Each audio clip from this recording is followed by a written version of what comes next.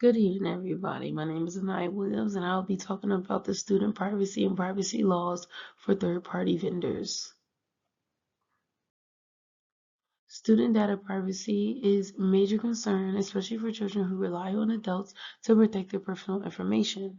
As students use more digital platforms for learning, third-party vendors, including educational software and online learning platforms, collect a lot of personal information. Unfortunately, these companies often have different approaches to ensuring that there are privacy and there are privacy laws in effect. So the purpose of this presentation is to provide an overview of how third-party vendors handle student data, and assess their compliance with privacy laws, identify any potential risks, and offer recommendations to really strengthen data protection in our schools. Currently, right now, according to data, more than half of K-12 students use Google's education apps, and over 95% of U.S. K-8 schools use ClassDojo for sharing photos and videos of students. Within the ed tech industry, there are several key players who collect and manage student data. These, these include educational software companies like Google Classroom and Microsoft Teams, which provide virtual learning environments and tools.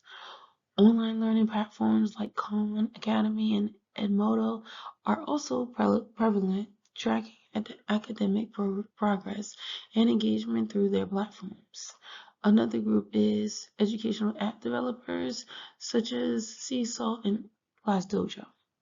These apps handle sensitive data related to student interactions, communication, and sometimes even behavioral data. While these platforms play important roles in education, their varying data management practices mean they may not always prioritize student privacy to the EdTech vendors collect several data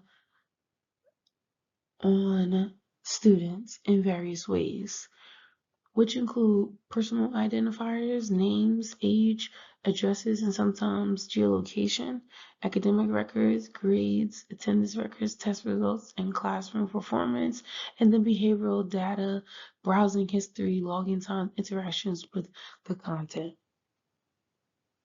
This behavioral data really provides an insight into student learning habits and engagement levels, but it also opens up risks if mishandled and accessed by unauthorized parties. There are several privacy laws that aim to protect our children's data in school settings.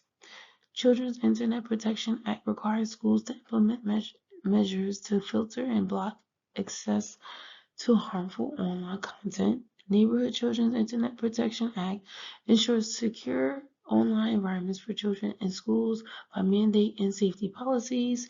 And then Family Educational Rights and Privacy limits data sharing without parental consent and grants parents rights over their children's educational records.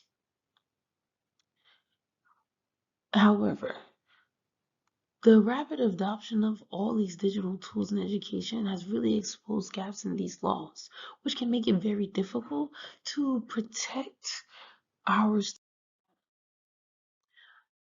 ed tech vendors vary significant in their approaches to data security and compliance. So, compliance efforts. Some vendors use data encryption, secure storage practices, and privacy-focused designs to protect data, claiming adherence to FERPA and CIPA standards.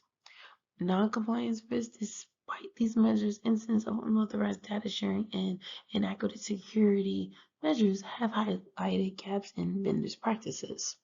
So, for example, several ed tech companies have faced fines or public scrutiny for breaching privacy protocols, particularly when sharing children's data with advertisers or third-party partners. However, it's very unfortunate because compliance is not universal. In many cases, data sharing practices raise concern. For example, there have been many cases where vendors shared personal information without any parental consent or knowledge. When the third-party vendors collect and manage sensitive student data, several risks become apparent. There could be data breaches, there could be unauthorized data sharing, and the behavioral profiling. School and vendors must address these risks with greater security measures and transparency to avoid compromising student safety. So transparency and accountability is really, really important. There needs to be there cannot be lack of clarity. There needs to be transparency, and parental awareness needs to happen to ensure children's data is being protected and they're not being used without permission. Recommendations for strengthening privacy. To protect students, it is essential for parental consent, data minimization, where we're limiting data collection, regular audits to make sure that we are in compliance, the third-party vendors and the privacy standards are up to date, vendor accountability, requiring vendors to notify schools and parents promptly in case of data breaches or privacy laws change. These recommendations truly align with the laws and emphasize and extremely proactive to protect privacy in the digital. So all in all, I am asking for everyone in here to ensure we are protecting our students' privacy while involving our parents and then the EdTech vendors. And the school should really prioritize vendors committed to privacy. They have to commit. So I encourage all schools to adopt policies that reinforce data privacy protections and promote transparency for third-party vendors. Thank you.